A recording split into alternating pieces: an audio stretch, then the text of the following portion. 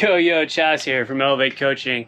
Today, 3 common mistakes that you make during your Zone 2 ride that you can eliminate in order to have not only better adaptations, just overall really just nailing the concept of Zone 2 and giving your body the best ability to build the mitochondria, get stronger in the aerobic system, all those things.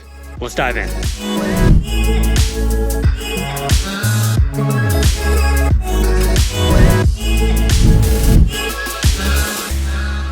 I'm guilty of honestly doing all 3 of these at some point in my riding time. Actually, a few of them I might have even been doing this year.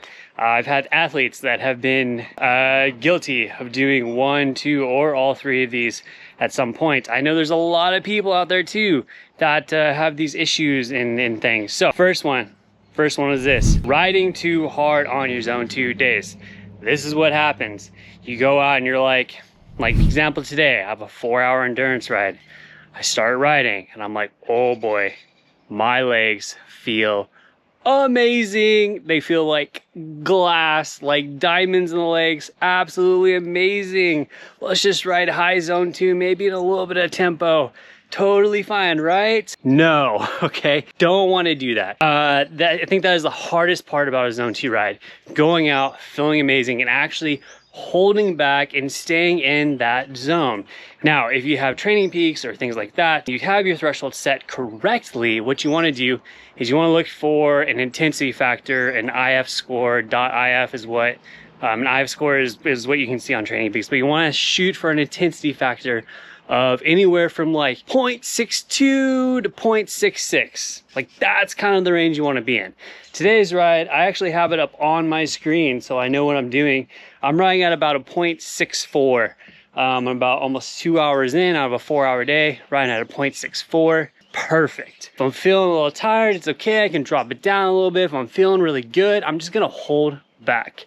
That's the first tip. All right, second tip. Check it out on our rail trail out here, NRC trail. Anyways, second tip. Having a massively low cadence, just constantly grinding. Here's what happened. I'm guilty of it at points. You're like, I'm gonna hold back, I'm gonna ride chill. And when you do that, you just kind of drop the leg speed. Next thing you know, you're just riding at like an 80 RPM, maybe 85, maybe even in the 70s. That's cool. Like you're gonna build a lot of like force work with that. But at the same time, there are studies that show better muscle oxidation at a higher velocity or a higher cadence. But I've also tested it out myself. My coach has muscle oxidation sensors, and it's amazing when you ride at a higher cadence and you get used to riding at a higher cadence, you get so much more oxygen into your legs. So what I do on Zone 2 days, and this is really good to focus on, is even if you're riding really easy, go 1 gear easier.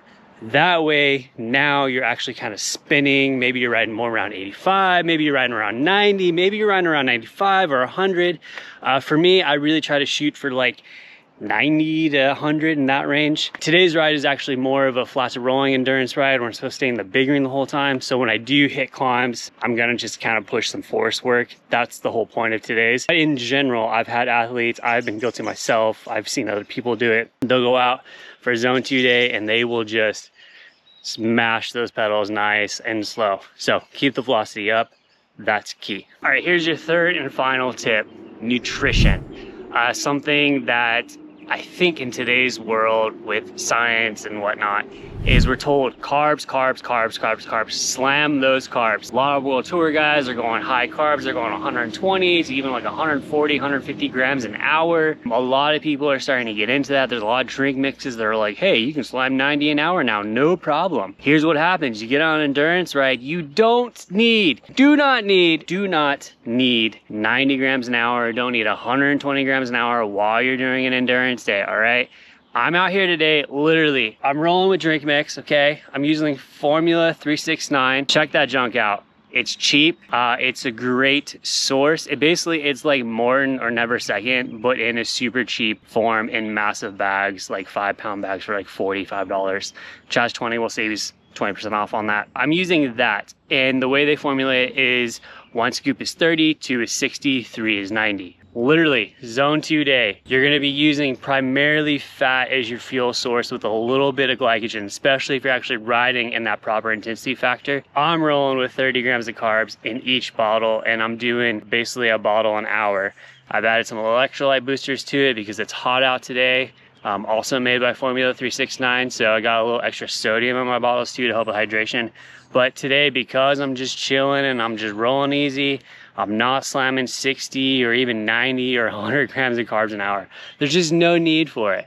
So I'm working on just doing 30 grams an hour. One, it's gonna help just maintain my body going and using fat for fuel. I'm riding easy enough to where like my energy demand is not gonna be needing glycogen as much as if I was doing race efforts or intervals, things like that.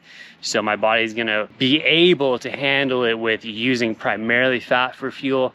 And on top of that, when it does need a little bit of glycogen, I am using 30 grams of carbs an hour. So it's like I'm not depleting my glycogen levels either if I'm tapping into my carbs. Those are the three things. Those are three things that are key. Don't ride too hard. Don't drop your cadence and just smash it all day long, super, super low. Don't overfuel, all right? Think about that. So hope that helps. Y'all keep riding and training hard, and I'll see you guys on the next video.